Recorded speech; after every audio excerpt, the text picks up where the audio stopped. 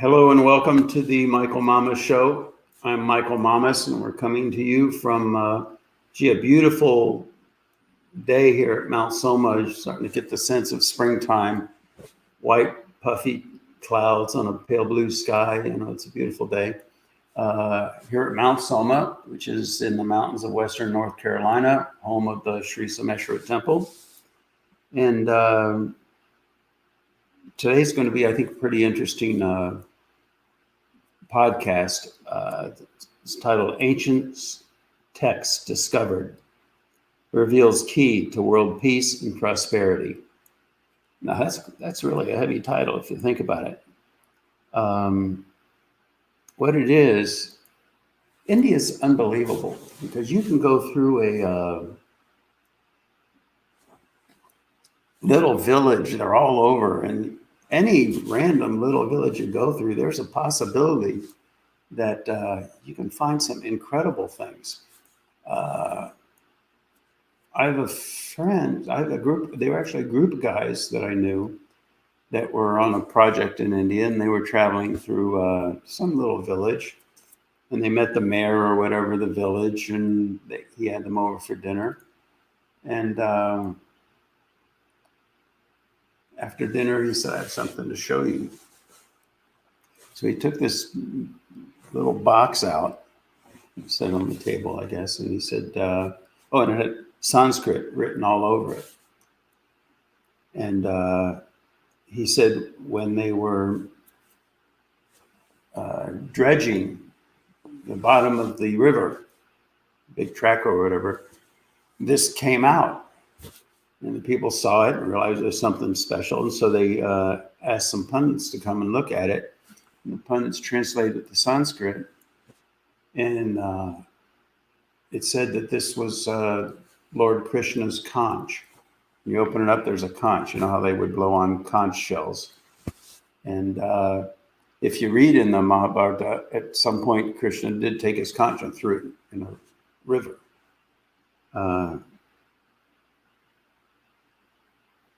That's pretty incredible, isn't it? Adrian, did I ever tell you that before? No, I never heard that story. Yeah, Scott, did you know that one? I got a million different little stories like that they come up when I think of them, Yeah. But at any rate, how that applies to what we're going to talk about today is that there's a Stapati, a Vedic architect in South India. And, these guys, they've been generation after generation into, gosh, who knows how many generations, thousands of years probably. They've been Vedic architects. And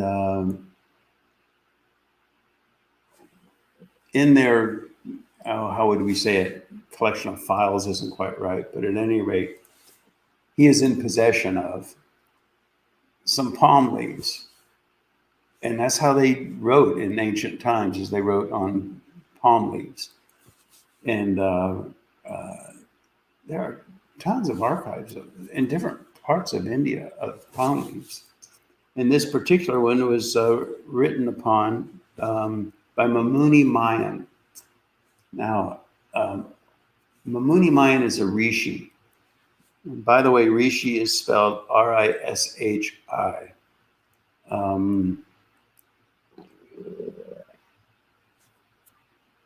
Some people are doing audio translations or whatever, Google translations of my podcasts. And you need to be careful because rishi there was translated like Reese's peanut butter cup. And Siddhi, which I can talk about more, but Siddhi, S-I-D-D-H-I, was translated as city, like New York City. And just be aware of that if you're doing these transliteration things or translations things, right? At any rate,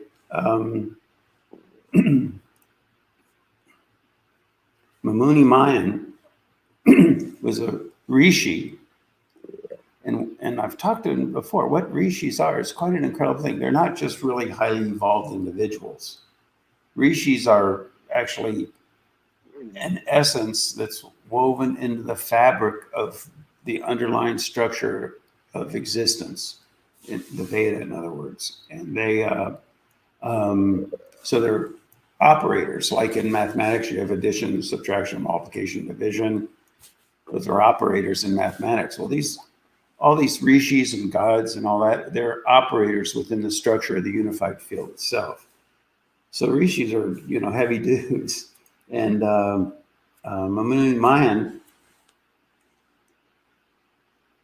incarnated into a physical body thousands of years ago, and he wrote on these palm leaves. And remarkably, the stapati that we use to build our temple has those palm leaves from Mamuni Mayan, and he translated them. We'll talk more about that in a minute. But what I'd like to do first is give you a feeling for the foundation of the significance of these palm leaves from Mamuni Mayan and what their potential is and what we intend to do with them. So to start with, and this leads to a very important understanding if you're really going to get what these palm leaves are about. To start with, the underlying essence of existence is a field of no thingness, pure nothingness, pure, and they say pure consciousness, pure isness before anything was. And so thingness, things emerge out of nothingness, out of pure consciousness. I guess you could compare it to like a dream. Because in a dream, you might dream of a unicorn, but there's no unicorn, but it came out of consciousness. Kind of like that. So now how does no thingness bring about thingness? Okay, no thingness is like zero, okay? -1 and +1 are zero. So what we have there is that process of polar opposites, -1, +1, and then it leads all the way to yin and yang, up and down, left and right, Agni Soma. The whole field of duality then, the whole field of thingness emerges out of no thingness in that way. It's a process. Now, this gets all very, very interesting because what we can say then is that the world needs two poles to spin around. That field of polar opposites is inherent in the nature of a world, of a wholeness. And in Sanskrit language, in the Veda, they call those prapanchams, and they're worlds. And in fact, what we call, in the West, what we call our universe is just one prapancham, of which there are an infinite number, all merging out of the same one field of no thingness, okay? Now, contained within our prapancham, our universe, our prapancham, there are a bunch of many ones. In fact, there are a limitless number of many prapanchams. And that word then exists on different levels. I call it transgradiently through the reality gradient. It exists on different levels in different ways. You live in your own prapancham. It's your own world, your own interface with this greater prapancham, if you would. So that's a prapancham. I have mine. Everybody has their own, and we're all interfacing. Now, this earth is a prapancham. And every prapancham is complete with the whole, it's a mapping from that manifestation of the totality, from no thingness to -1, +1, like that.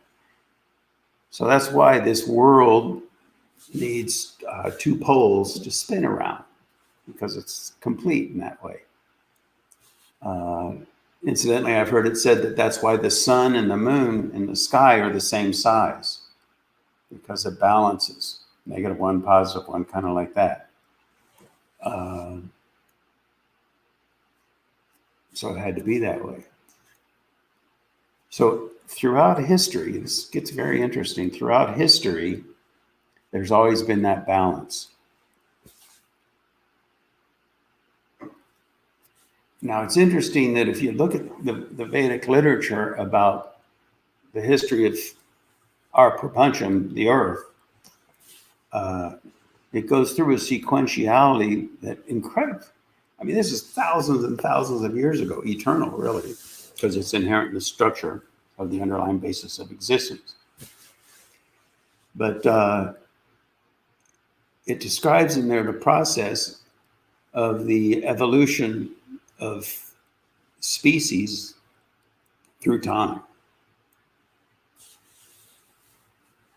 And those are called, well, they're yugas, first of all. There's 4 yugas. And then all 4 of those yugas taken together is a Mahayuga. Okay, now these yugas are periods of time.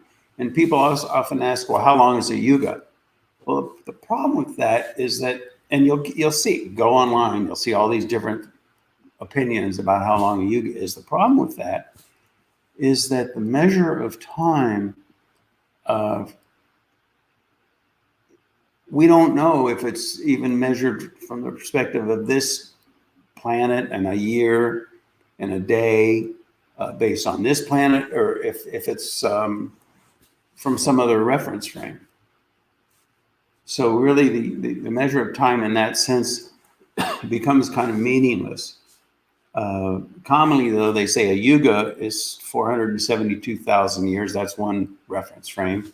And so there are 4 yugas, so we're looking at quite a big, long time for each Maha Yuga, which is the 4 yugas combined, And then, so now we're in the 28th Maha Yuga.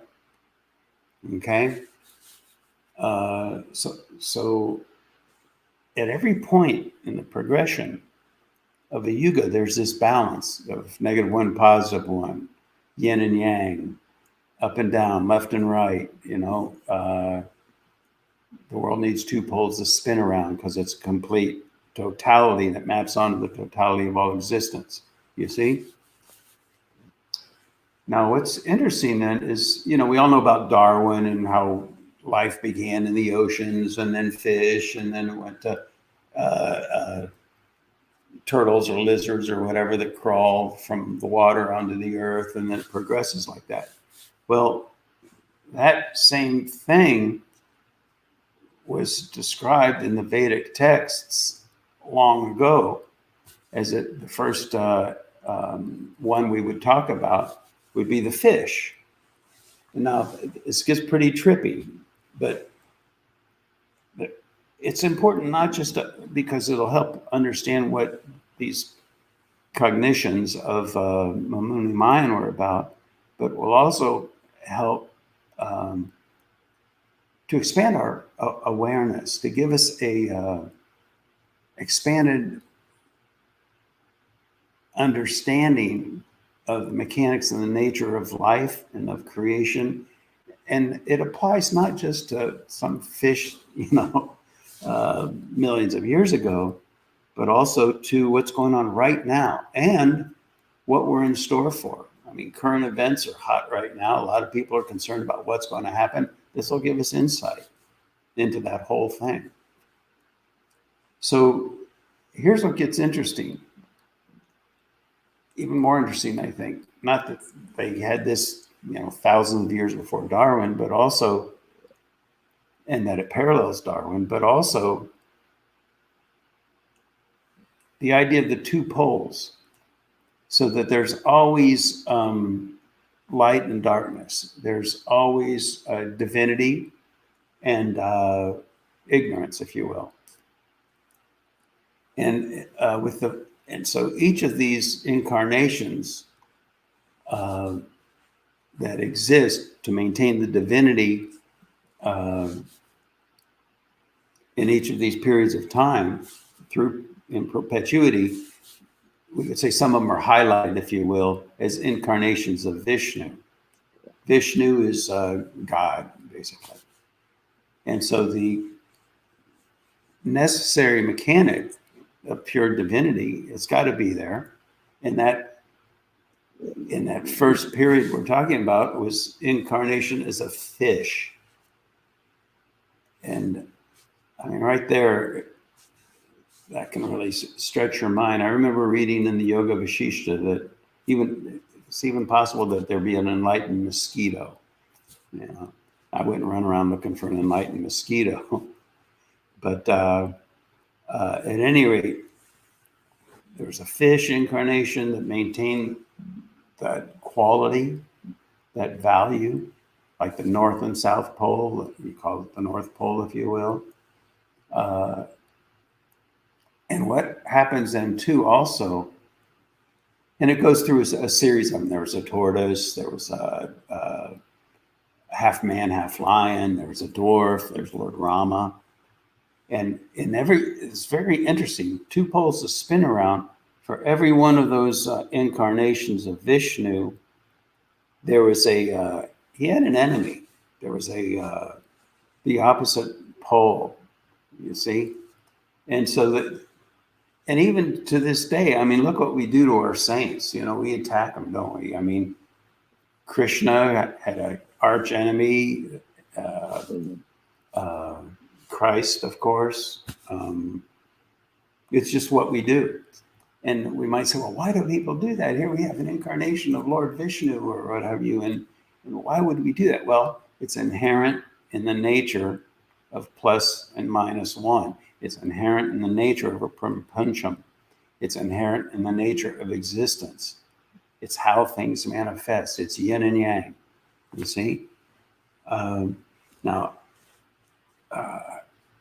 Just incidentally, there's always, even though we highlight it with these particular incarnations of Vishnu, throughout time, there's always these values. There's always the positive and the negative.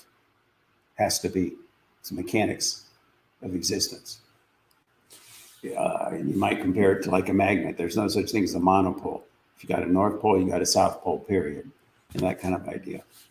And so there could be multiple incarnations, for example, of Rama, as an example.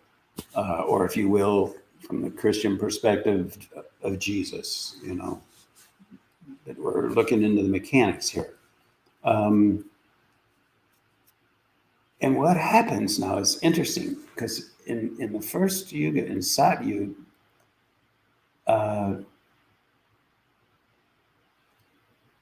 divinity dwelled within the hearts and mind of the people. And the opposite value, which they can call a Rakshasa value, they dwelled on another planet somewhere. In the next Yuga, Treta Yuga,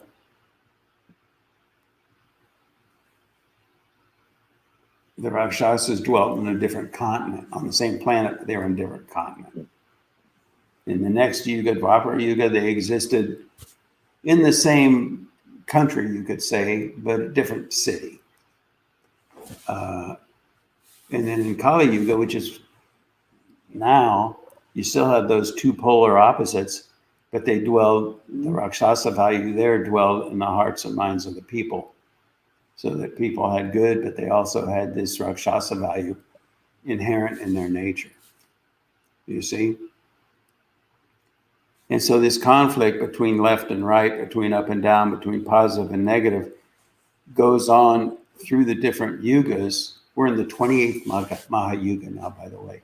But in different yugas, those conflicts take place in different ways. Now, and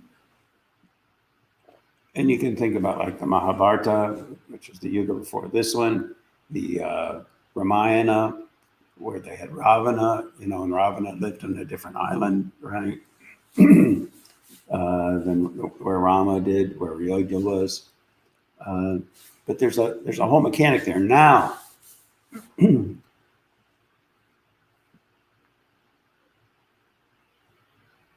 we have a hard time embracing this because we have learned, we have been trained, we have been educated into a mentality that's very different than, you could say, cosmic mentality, or the mentality required, the level of expansion of awareness required to really fathom the depth and breadth of the Veda. In fact, what we do, we say knowledge is structured in consciousness. So we take the Vedic literature and we interpret that based on the level of our own consciousness. And that's epidemic. I mean, people read the Veda, they think, I call it the I get it syndrome. They think they get it, and they go off on these kind of spiritual tangents, limited understanding, and whole religions are built around it, you know. There's this one thing that, for just as an example, I like to cite because it's so astounding.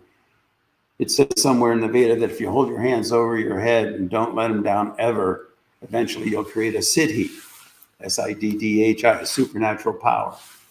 And so there are people who do that to the point where their arms die and they're just like 2x4s or dead leather or whatever. And they couldn't put them down if they wanted to. Maybe a right technique, wrong yuga. See, the laws of nature are different for different yugas. And so it's important that the techniques you employ are appropriate for the yuga that you're in, you see? And it's difficult even for us to comprehend the laws of nature in different yugas. It's so different, okay? So what we're dealing with now is how to deal with the nature of our prapancham. You know, what's going on for us right now, and how do we deal with this? How do we get the Rakshasa value out of the hearts and minds of the people? But the thing is, there's a natural cycle to the thing. The sun rises, the sun sets. One yuga emerges when it transitions into the next yuga. One Maha Yuga is completed, and then, very similar to what's this idea of the Great Flood, you know, it's said in the Veda that after every Maha Yuga, there's a great flood, just washes everything clean, and then the cycle starts again. Okay? That's a long way off. Where we're at right now, I've talked about, is that we're having a brief period of Sat Yuga.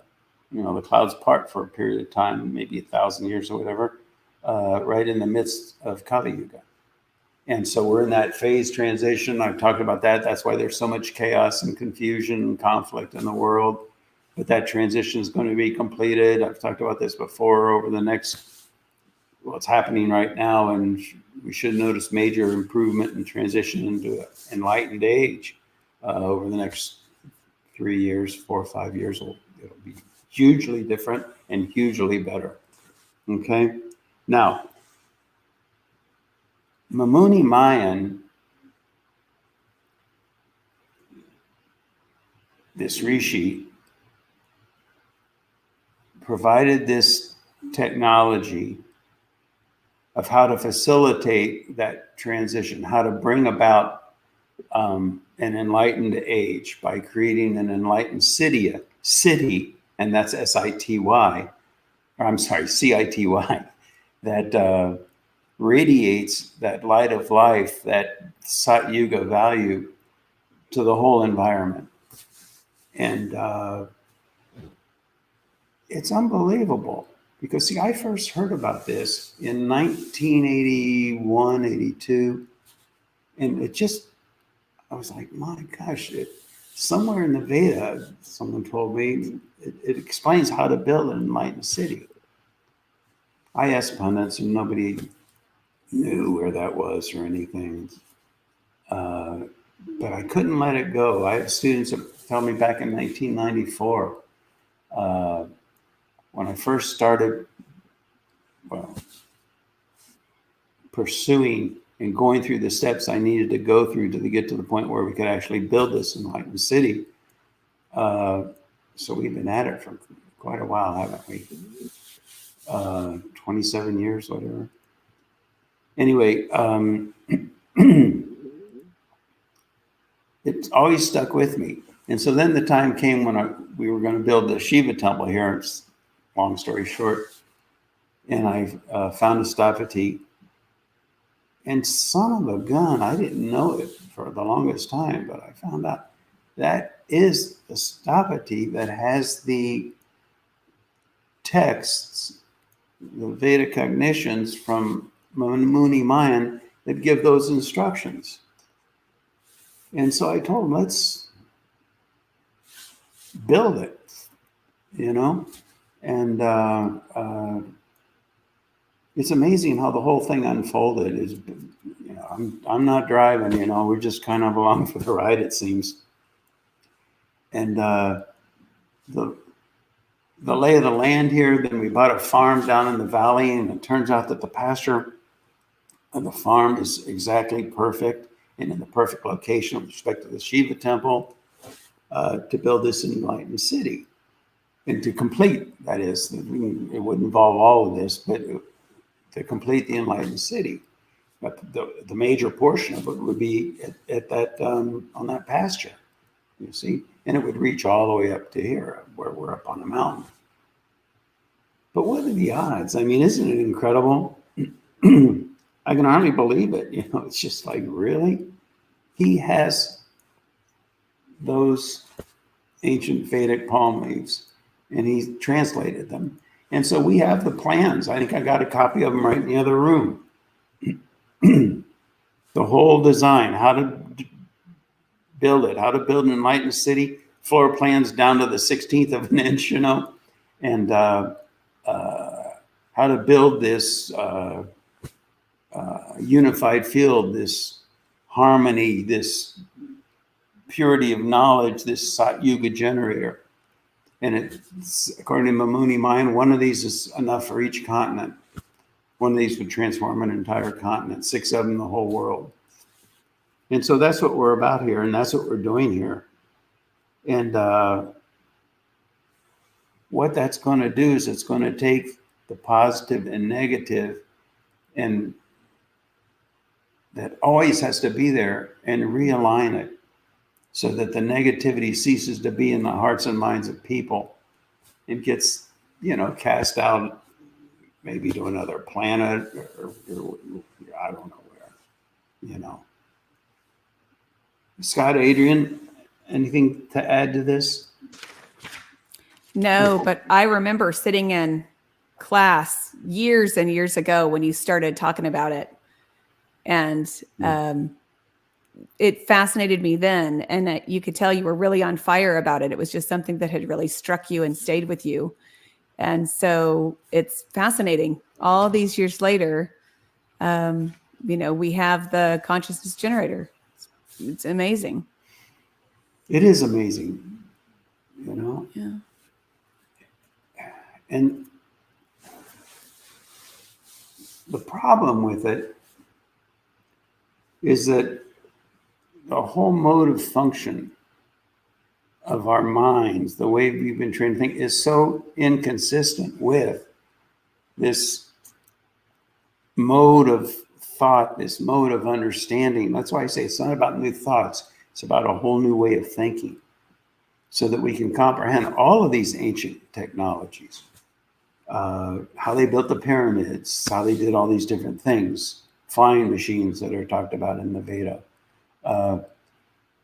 But it's just so incomprehensible to our modern mentality that we reject it. We don't even believe it. And then what do? We throw it into the category of mythology. Never mind that, we don't know how they built the temples. We don't know how they did these things. We don't know how they built the pyramids. But they're there. You see?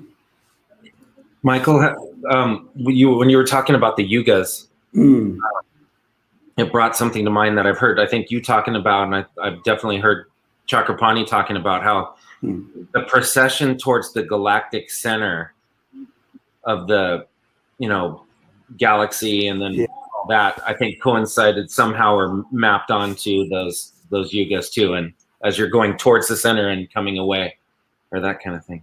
It could be. And that brings up a point that I kind of touched on in the previous podcast, is that there are so many structures inherent in the mega structure of the mechanics of creation. And we can trace them in different ways. I understand that, was it the Aztecs? I think it was the Mayans. I don't know. One thing they followed, we don't even talk about, is that, Venus, the sun rises and then it moves through the year, right? In the summertime, it's to the north. In the wintertime, it's to the south in the horizon when it rises in the morning. Venus does the same thing, but it's a much, much, much longer cycle. And they put emphasis on that. And it probably could be right. There's so many, everything's so infinitely correlated, And so, yes, Scotty, there could be a correlation there. And we don't want to dismiss that. I mean, if we knew it, it'd be phenomenal knowledge, But at the same time, we don't want to get too lost in, we can be chasing down different correlations for a lifetime, which is fine. But what I'm interested in doing here is let's have the big picture, which I think is what we talked about today. It's the big picture with respect to the nature of time. See, time cycles. Things cycle through time. I used the analogy of like a roller coaster. There's a structure there, and that structure is just as definite as the sun rises and the sun sets. And we ride that wave,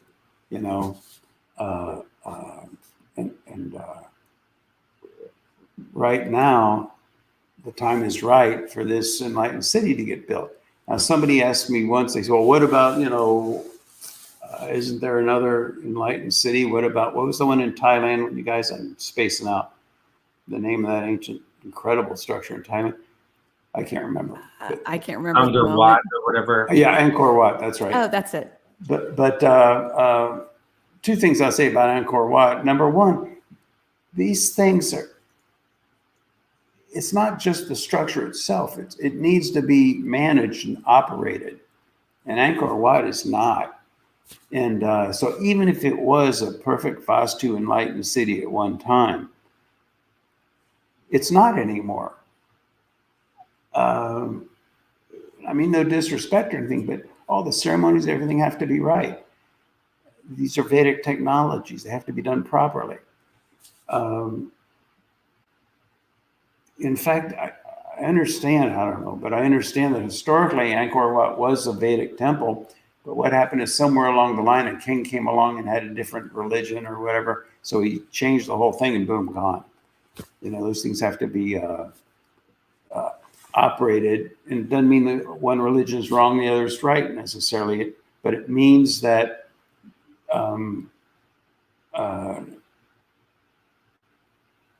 there are different technologies, and they have to be implemented in accord with the laws and the mechanics of that particular technology, and so it gets lost. I've thought about, it's been a long time, I started this all in 94. We bought the land in 2002, and it's been tough. It's been a challenge, and I learned a lot. And I learned a lot about so many things, the power of what we're doing, for one, and how much it has to be respected, how careful it has to be handled and managed, and how to manage it properly. And even the people, again, the Rakshasas dwell in the hearts and mind of people.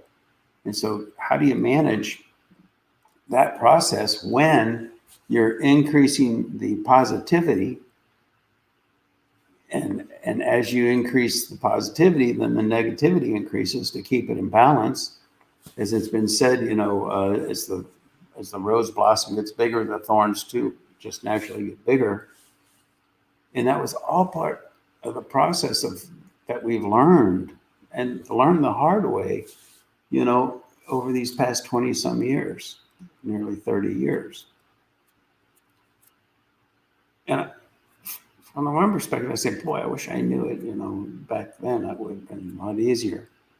But then from another perspective, it's like, you know what? I almost feel like we did this first phase as a training process, as a learning process, because now we have an excellent idea of what we're in store for and how we need to manage the whole thing when we do this next phase of completing the construction. On the one hand, it sounds like, geez, what do we need? Probably $150 million to complete it. On the one hand, that sounds like so much money. But on the other hand, it's a pittance compared to what it would accomplish, And then you have to look at the government and how it spends, $1 billion here, $1 billion there, $100 million there. Now, what is it, 1.9 trillion, is it? I mean, for just a pittance, we could really transform the foundation. Because otherwise, we're trying to build things on a weak foundation. But what we would do here with this Enlightened City as per Muni Mayan's design is we would make a very strong foundation. And if the strong foundation is good, just like with a tree, if the roots are strong, the whole tree blossoms beautifully. That's what we're about, Anything else, you guys, about all that? Otherwise, I got a couple little announcements I'd like to make. Not that I can think of. Okay. In 2000, every so often, I don't know if some of you have been here, probably some of you were here for the inauguration of the temple. What was it? 9 or so years ago. It's a huge thing. And they're like, I forget, we had like 10 or a dozen or something pundits here, and they're all chanting. And the vibe, the energy, it's unbelievable. And what they do every so often is they do it all over again, just kind of to keep the charge going, keep it going. And in 2023, we're going to be doing that again. And so you might want to put that on the calendar, because that's an event that you may not want to miss, if you can make it. I'd like to think it's going to be a reunion of so many people that haven't been around lately, for one reason, because of the virus situation, So I would think by 2023, the timing will be perfect. And I'd like to think we'll have a big, huge group here celebrating with all the pundits and everything. It'll be amazing. The other thing, and again, we're talking about mechanics here, that if the mind, it's almost like opening your mind or expanding your mind to things that might be different than what you were brought up with.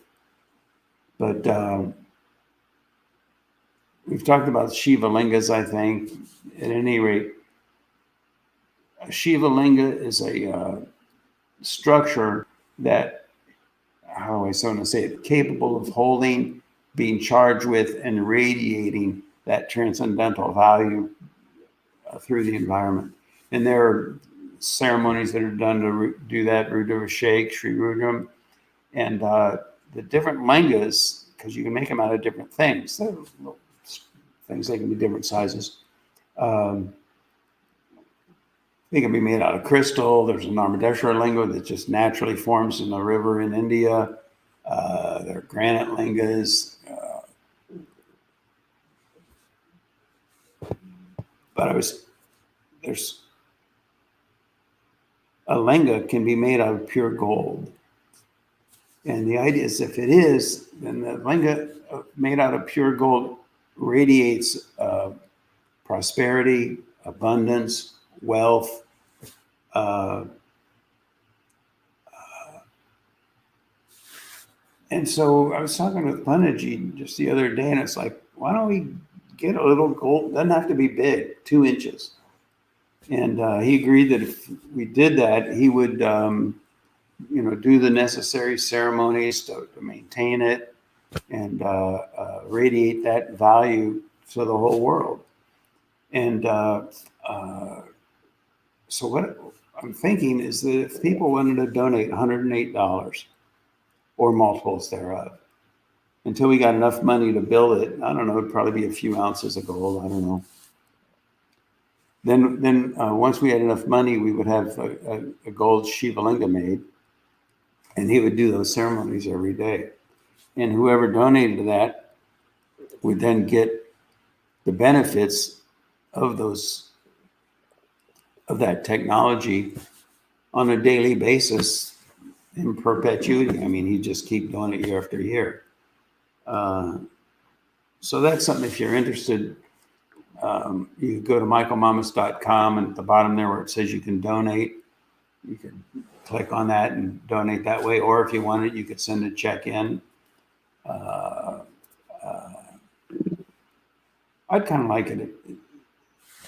I'd kind of like to know somehow if you do that, maybe even just send a note or an email that you did it or something, because I'd like to see the names. I think it'd be nice to connect, I think, in that way. And at any rate, I think that's about it. If there's nothing else, I know these things, these technologies, it's a real stretch for a lot of people. A lot of people just shut the door.